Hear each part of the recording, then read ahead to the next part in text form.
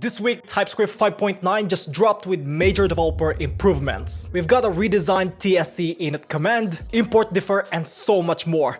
All of that will be covered in today's video. But make sure you subscribe to BetterStack if you don't want to miss news like this one. First off, let's talk about the tsc init command.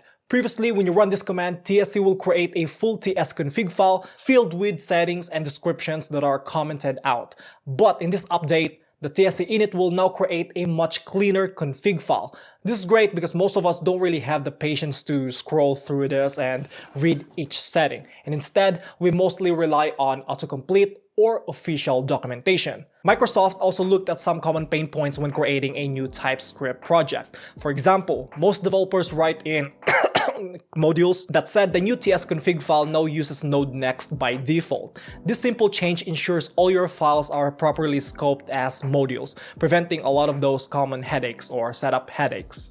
Now let's move on to the new import differ syntax. This feature allows you to import a module without immediately executing it and its dependencies. Let's take a look at the syntax. So of course, it starts with import keyword followed by differ, then asterisk as feature or variable name from module name. This is the only syntax that is supported. Now you might be asking me, why can't we use named imports? That is because the module is deferred until you access an exported member.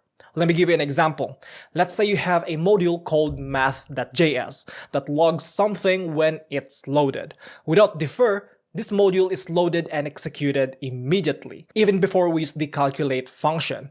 But with differ, this module is only going to be loaded and executed once we use or access an export. This can be very useful for reducing the startup time or deferring logic-heavy modules until they are needed. Now, before you get excited about this feature, there's something important that you need to keep in mind. TypeScript does not downlevel or transform this feature. That means the generated JavaScript will still contain the import differ syntax as is. So, if your runtime, like Node or your browser, doesn't support it yet, you're gonna hit a syntax error. And also, keep in mind that TypeScript will only let you use this if your module mode is set to ESNext or preserve. Speaking of module, this update brings a stable alternative to Node Next, and that is the Node 20. This mode is designed to reflect how Node.js version 20 behaves. And most importantly, it won't change in the future. Also, there's one more subtle but important difference. If you're going to use Node 20, it will also imply that the target is going to be set to ES 2023. This should give you a more consistent behavior out of the box. Now, that's pretty much what is new in TypeScript 5.9, though there is one preview that is the Expandable hovers, also known as quick info. They're very useful for giving you information about parameters. For example, if you hover a parameter like options, it'll just give you the type options. And that kind of like makes people frustrated because they still have to go to the definition to see the members of this type or the interface. But now TS 5.9 is going to allow you to expand those quick info. But like I said, this is currently in preview, so this might not work in some cases. So, what is next? Of course, version 6 is going to be the next release, but it's just going to be a transitional release or version, which will help developers prepare for a huge change in version 7, which, if you don't know, they're planning to change their compiler from JavaScript to Go, which is faster in terms of compiling. And oh, fun fact, they refer to this version as Corsa. And to that I say, of course, huh?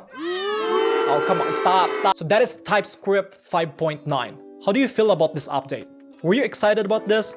Are you already using it? Let us know in the comments below. And if you're still using version 5.8, I highly recommend checking out James' video. He introduced two awesome features that I'm sure you haven't seen before. So go ahead and check it out. And if you guys enjoyed this video, don't forget to like and subscribe to BetterStack for more content like this one.